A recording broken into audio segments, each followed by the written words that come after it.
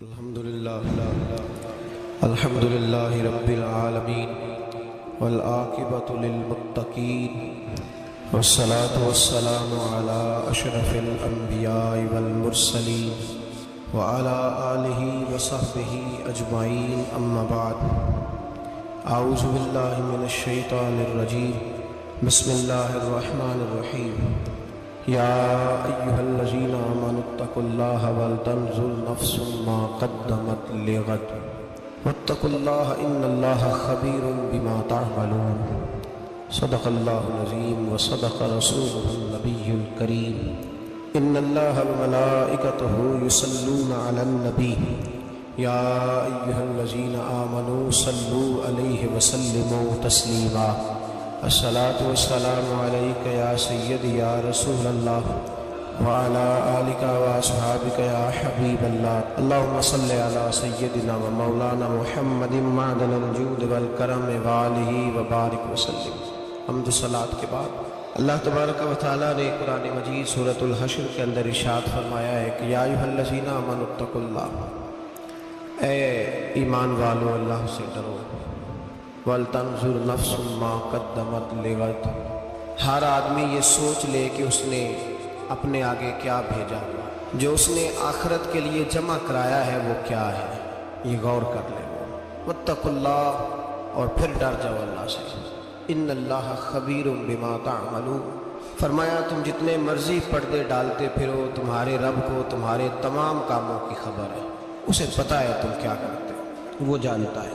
عزیز دوستو، بزرگوں اور بھائیوں، قرآن مجید نے دو چیزوں پر بڑا زور دیا ہے، ایک اللہ کو ماننا، اور اللہ کو ماننے کا مطلب ہے نبی پاک کو بھی ماننا، اللہ کو ماننے کا مطلب ہے کتابوں کو بھی ماننا، قرآن پاک کو بھی ماننا۔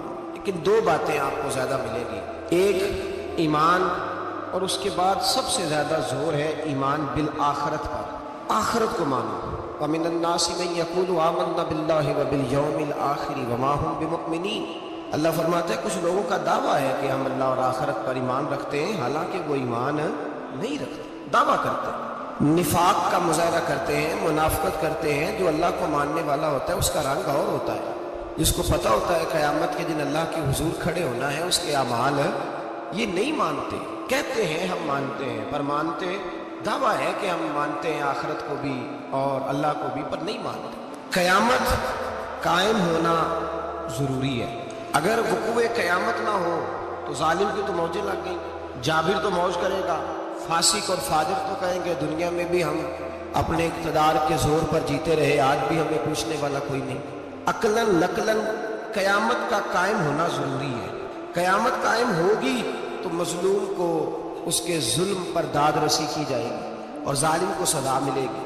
ایک آدمی ساری زندگی دنیا کے اندر لوٹ مار کرتا رہا، دھوکہ فریب فراڈ کرتا رہا، اس کی راتیں شراب و کباب میں گزر گئیں، وہ مرے اور بات ختم ہو گئی، ٹھیک ہے موج کر کے چلا گیا۔ ایک آدمی ساری زندگی اس نے اللہ تبارک و تعالیٰ کی رضا کے لیے اپنی نظر کی حفاظت کی، زبان کی حفاظت کی، یہاں تک کہ دل کی بھی حفاظت کی، وہ بھی مرے تو معاملہ ختم ہو گیا۔ اس طرح تو پھر سرکش کا کچھ بنے گا ہی نہیں، نظام زندگی ساری اس کی سوچ ختم ہو کے رہ جائے گی اگر قیامت قائم نہیں ہوتی۔ قیامت کا قائم ہونا حق ہے، اس لیے قرآن مجید نے ایک جگہ پہ نہیں 20 جگہ پہ یہ بیان فرمایا ہے کہ قیامت ضرور قائم ہے، قیامت، اور وہ قائم ہو کر اپنے سارے لوازمات سمیت قائم ہوگی۔ میرے نبی پاک صلی اللہ علیہ وسلم نے فرمایا مظلوم کو حق ملے گا، ظالم کو سزا ملے گی۔ جابر اس دن اللہ کی بارگاہ میں رسوا کیے جائیں گے، جن پر جبر کرتے رہے انہیں اللہ کے حضور سے عطا کیا جائے۔ قیامت کا وقوع ہونا ضروری ہے، اور قیامت تو جب قائم ہوگی تب ہوگی۔ دنیا میں بھی ایسا ہوتا ہے، ظلم کا انجام ٹھیک نہیں ہوتا، جبر کا انجام، جھوٹ کی زندگی لمبی نہیں ہوتی، دھوکے فریب فراڈ ملمہ سازی، ان چیزوں کی عمریں اللہ نے تھوڑی رکھی ہے۔ وقتی طور پر ظالم کو، دھوکے باز کو، جابر کو جو مہلت ملتی ہے وہ سمجھتا ہے میری سیاست کام کر رہی ہے، وہ سمجھتا ہے میں بڑا دانا ہوں، بڑا چلاک ہوں، دیکھ لو اتنے ظلم کے، جبر کے، دھوکے کے باوجود بنا ہوا ہوں، حالانکہ اللہ کی طرف سے اسے مہلت ملتی ہے اور بڑا ہی مہربان ہے۔ مہلت اس طرح دیتا ہے کہ میرے نبی پاک علیہ السلام نے فرمایا جب میرا مسلمان نیکی کرتا ہے تو اللہ فرشتوں سے فرماتا ہے 70 گنا بڑھا کے لکھ لو اس کی نیکی، 70 گنا اور جب گناہ کرتا ہے تو اللہ فرماتا ہے ٹھہر جب ابھی لکھنا نہ، اسے ٹائم دو. یا اللہ کتنا؟ فرمایا 24 گھنٹے تو دو، ہو سکتا ہے توبہ کر لے.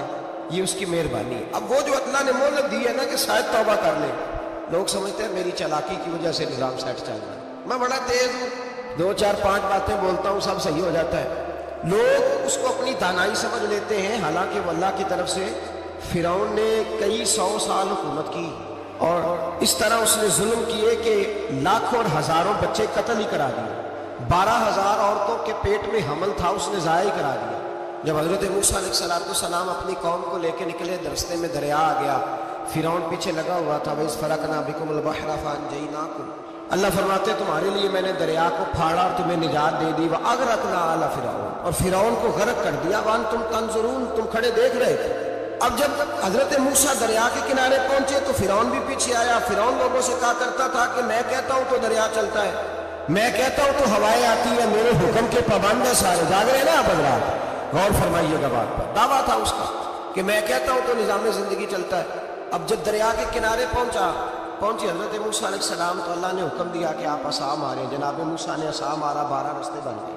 اب حضرت موسیٰ کی قوم گزر رہی تھی تو فرعون سے پوچھنے لگے کہ تو کہتا تھا میرے حکم سے چلتا ہے، تو وہ تو حضرت موسیٰ نے ڈنڈا مارا ہے تو رستہ بن گیا.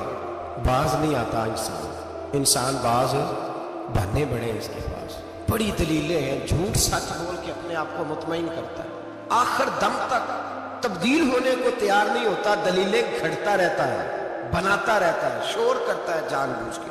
بھئی تو کہتا تھا میرے چلانے سے چلتا ہے، تو باز ابھی بھی نہیں آیا. کہنے لگا میں نے ہی حکم دیا ہے کہ ذرا پھٹ جا، مجھے یہ زندہ چاہیے. باز رسی جل گئی، بال. کہنے لگا میں نے ہی کہا ہے دریا کو کہ یہ مجھے زندہ چاہیے، میرے بھاگے ہوئے ہیں تو اس لیے پھٹا ہے، تو آؤ میرے ساتھ دریا کراس کرے. تو پتہ تو ان کو بھی تھا نا جتنا تو رب بنا ہوا ہے، پتہ تو تھا، سارے جانتے تھے. کہنے لگے تو پہلے کراس کر، اگر تو بچ گیا تو ہم بھی پیچھے آتے ہیں. اب چاروں ناچار. ایک روایت تو یہ ہے کہ یہ جب خدائی کا دعویٰ کرتا تھا نا، تخت پہ بیٹھا ہوتا تھا، تو ایک دن حضرت جبریل آئے اس کے پاس انسانی شکل میں. تو کہنے لگے میں بڑی دور سے آیا ہوں تو ایک مسئلہ پوچھنا تھا. کہا پوچھو. کہنے لگے ایک غلام تھا کسی بادشاہ کا، تو بادشاہ نے اسے تھوڑی دیر کے لیے ایک علاقے کی سربراہی دے دی. کتنی دیر کے لیے ہمیں سربراہیاں ملتی ہیں؟ کیوں جی؟ تھوڑی دیر کے لیے ملتی ہے نا. تھوڑی دیر کے لیے سربراہی دے دی ایک غلام کو. ذرا بات کو سمجھیے. حضرت جبریل پوچھتے ہیں، کہتے ہیں سربراہی مل گئی. اب وہ مالک ہی بن کے بیٹھ گیا ہے، وہ بات ہی نہیں سنتا. اس کو تھوڑی دیر کے لیے بنایا تھا، وہ تو خدائی کا دعویٰ کرنے لگا ہے. آپ بتائیں اس کا انجام کیا ہونا چاہیے؟ یہ مسئلہ پوچھنے آیا ہوں. تو فرعون کہنے لگا اس کا انجام یہ ہے کہ اسے پانی میں گوتے دے دے کے مار دو. انجام کیا ہے؟ بولیے کیا انجام ہے؟ کیا انجام ہے جی؟ پانی میں. اللہ اکبر. اپنی سزا تجویز کر رہا ہے. اس کی سزا کہ اسے پانی میں گوتے دے دے کے مارو ظالم کو. اسے تھوڑی دیر کے لیے بنایا تھا اور وہ چھائی گیا ہے، قبضہ ہی کر گیا ہے. حضرت جبریل کہنے لگے جی آپ لکھ کے دے دیں گے؟ کہنے لگا لاؤ لکھ دیتے ہیں. لکھوا لیا. جناب جبریل رکا لے کے تشریف لے گئے. اب جب فرعون دریا میں آیا نا تو اللہ نے حکم دیا مل جا. جب دریا ملا چیخنے لگا تو حضرت جبریل آئے. کہنے لگے تیرا ہی فتویٰ ہے، یہ تیری سزا ہی ہے نا. ہم بھی بڑی سزائیں تجویز کرتے ہیں. یہ جھوٹا ہے جی، اس کا تو فلانا علاج ہونا چاہیے. تو اگر تو جھوٹ بولے تو یہ فلانا بڑا جاور ہے جی، اس کے ساتھ اس طرح ہونا چاہیے. تو اگر تو یہ کام کرے تو جو سزا تو لوگوں کے لیے تجویز کرنا ہے تو اپنے بارے میں بھی سوچ. اب جب ہوتے آئے نا آخری وقت دیکھا وہ فرعون جو کہتا تھا میری مرضی سے دریا چلتا ہے. علامہ صاوی نے تفسیر صاوی میں لکھا ہے تڑپ کے رونے لگا.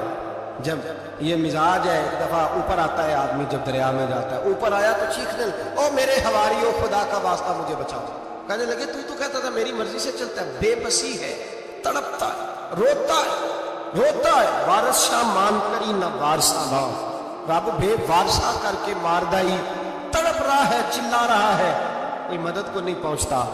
اب جب آخری ہوتا آیا تو کہنے لگا آمنا برب موسیٰ و ہارون. میں موسیٰ کے رب کو بھی مان گیا، ہارون کے رب کو بھی. اللہ نے فرمایا نہیں اب تیرا ماننا قابل قبول ہے. اس وقت ماننا تھا جب تجھے مہلت دی تھی، جب تو جوان تھا.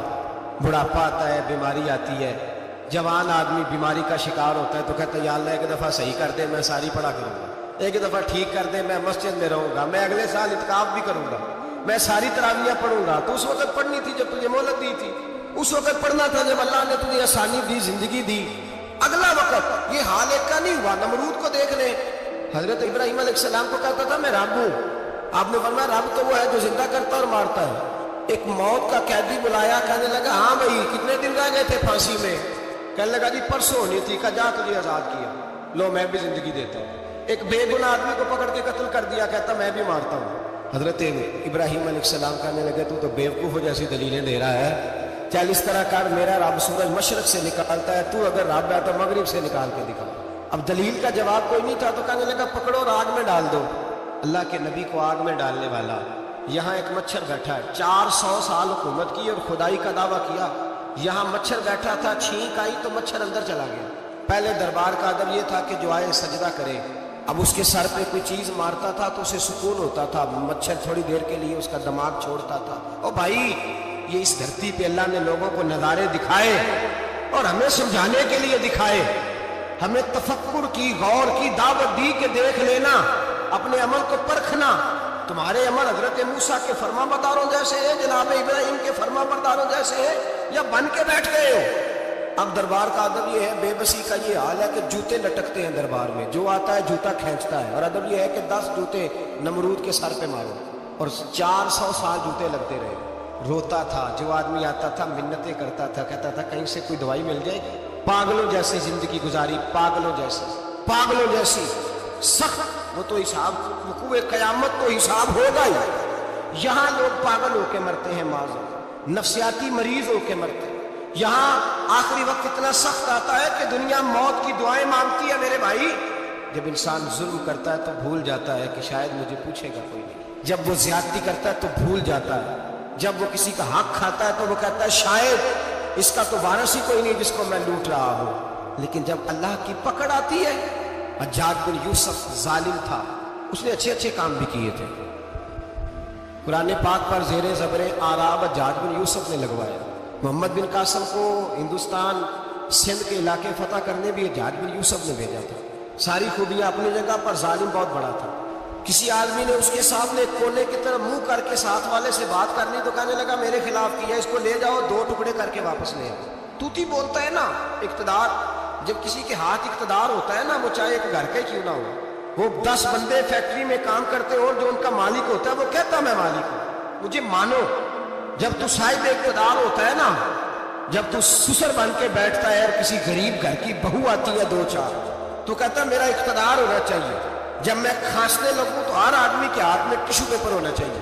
جب میں بولنے لگوں تو بندے ہوئے ہاتھوں سے ہر آدمی جی کرتا ہوا کھڑا ہونا چاہیے. جس آدمی کا, اور یہ کام بہو بھی کرتی ہے کئی دفعہ, وہ بھی کہتی ہے کہ تمہیں پتہ نہیں میں کتنا لمبا چوڑا جہیز لے کے آئی ہوں.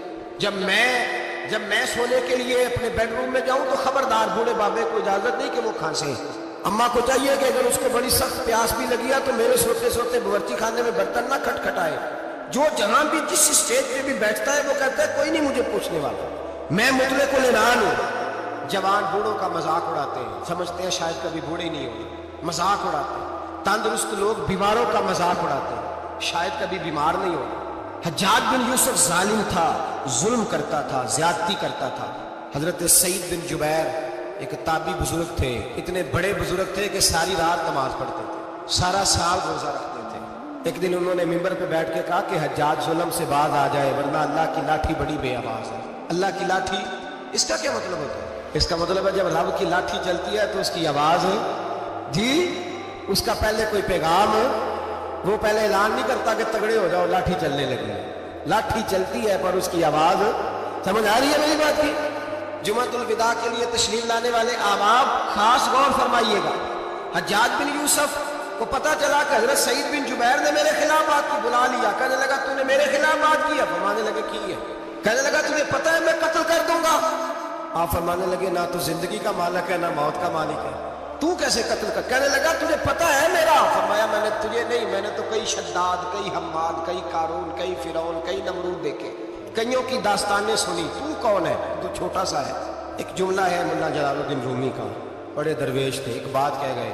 کہنے لگے نمرود جتنے پیسے نہیں, فرعون جتنی حکومت نہیں, قارون جتنی دولت نہیں, ورنہ فرمانے لگے میرے زمانے میں بھی کئی لوگوں کا خدا بننے کو دل کرتا ہے, کئی لوگوں کا دل کرتا ہے, لیکن نمرود جتنے پیسے, فرعون جتنی طاقت اور قارون جتنی دولت نہیں, ورنہ ہو سکتا ہے لوگ دعویٰ کر جائیں معاذ اللہ ثم معاذ اللہ. یہ آج سے کئی 100 سال پہلے وہ کہہ رہے ہیں, آج تو حالات بڑے ابتر ہیں. اس کی نسبت خطرناک. فرمانے لگے حضرت سعید بن جبیر تو زندگی موت کا مالک نہیں. کہنے لگا پکڑو قتل کرو اسے لے جاؤ. جب پکڑ کر کھینچ کر لے جا رہے تھے نا تو حضرت سعید بن جبیر مسکرانے لگے. اب ظالم کے سامنے مسکرائے تو اس کو بڑا غصہ, یہ میرا مذاق اڑاتا ہے. بلا لیا, ادھر آؤ, کیوں مسکرا رہے ہو, کیا ہوا؟ تو حضرت سعید بن جبیر کہنے لگے میں مسکرا رہا ہوں تیری بیوقوفی پر اور اپنے اللہ کی دی ہوئی ڈھیل پر. میں مسکرا رہا ہوں کہ یا اللہ کیا بات ہے, کیا تیرا شان ہے, کیسے لوگوں کو ڈھیل دی ہوئی ہے. میں مسکرا رہا ہوں تیری بیوقوفی پر کہ تو سمجھتا ہے شاید مجھے پوچھنے والا کوئی نہیں. کہنے لگا اس کو باہر نہ لے جاؤ, میرے سامنے قتل کرو. ٹھیک ہے جی. قتل کرنے لگے تو حضرت سعید بن جبیر نے منہ کعبے کی جانب کر لیا. انی وجہت وجہی للذی فطر السماوات والارض حنیفا وما انا من المشرکین. جب آپ نے یہ آیتیں پڑھی نا کہ میں نے منہ کر لیا ہے اپنے رب کی جانب, کرو مجھے قتل. کہنے لگا نہیں نہیں, اس کا منہ پھیرو, کعبے کی طرف ہو کے قتل نہ ہو. ہے ظالم پر پاگل ہو گیا. حضرت سعید بن جبیر کے حوصلے نے شکست دے دی, ناکام ہو گیا, مخبوط الحواس ہو. کہنے لگا اس کا منہ پھیر دو. جب کعبے سے پھیرا تو آپ فرمانے لگے للہ المشرق والمغرب فانما تولى فثم وجه اللہ. اللہ فرماتا ہے تو مشرق اور مغرب سارا ہی اللہ کا ہے, جدھر بھی منہ کرو گے ادھر اللہ ہی اللہ ہے, جدھر بھی منہ کرو گے ادھر اللہ ہی اللہ ہے. چاروں جانا پھیرتے, جدھر منہ پھیرنا ہے تو نے پھیر دیا منہ. حضرت سعید بن جبیر کے گلے پہ خنجر رکھا تو آپ نے ہاتھ اٹھائے, کہنے لگے اے اللہ میرے بعد اسے کسی اور پر مسلط نہ کرنا, میرے بعد کسی اور پر مسلط نہ, بس میں آخری ہوں. جب آپ ذبح ہوئے تو اتنا خون نکلا کہ لوگ کہتے ہیں جتنا اونٹ کے وجود سے نکلتا, تر ہو گیا سارا اس کا دربار. ایک سمجھدار آدمی کو بلا کے کہنے لگا اتنا خون میں نے پہلے کبھی, میں نے بڑے بندے قتل کرائے ہیں پر اتنا خون نہیں نکلا. تو وہ کہنے لگے لوگ مر جاتے, مرتے وقت ڈر جاتے ہیں, سہم جاتے ہیں, خون سکڑ جاتا ہے. لگتا ہے یہ شخص جب دنیا سے گیا ہے تو ڈٹ کے گیا ہے, یہ ڈٹ کے گیا ہے دنیا سے.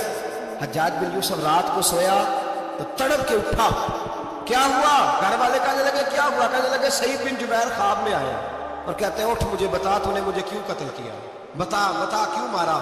اگلی رات پھر سویا تو وہی خواب, پھر سویا تو وہی. گناہ نفسیاتی مریض بنا دیتا ہے, ظلم تجھے مخبوط الحواس کر دیتا ہے. جب تو زیادتی کرتا ہے تو اللہ فرماتے ہیں کہ تو اللہ کو بھولتا ہے, اللہ تجھے اپنا آپ بھلا دیتا ہے. پھر تو بھول جاتا ہے, پھر تو سیدھے رستے پہ چلتا ہے پر بھٹک جاتا ہے, پھر تو صحیح رستوں کا تعین کر کے بھی گمراہ ہوتا ہے, پھر تو روز وہی گاڑی چلاتا ہے پر اب جب تو بریک لگاتا ہے تو نہیں لگتی. جب گناہوں کے ساتھ وہ مخبوط الحواس ہوتا ہے تو روز وہ کاروبار کرتا ہے, لیکن جب تیرے گناہ تجھے گھیر لیتے ہیں پھر اسی کاروبار میں تو نقصان اٹھاتا ہے.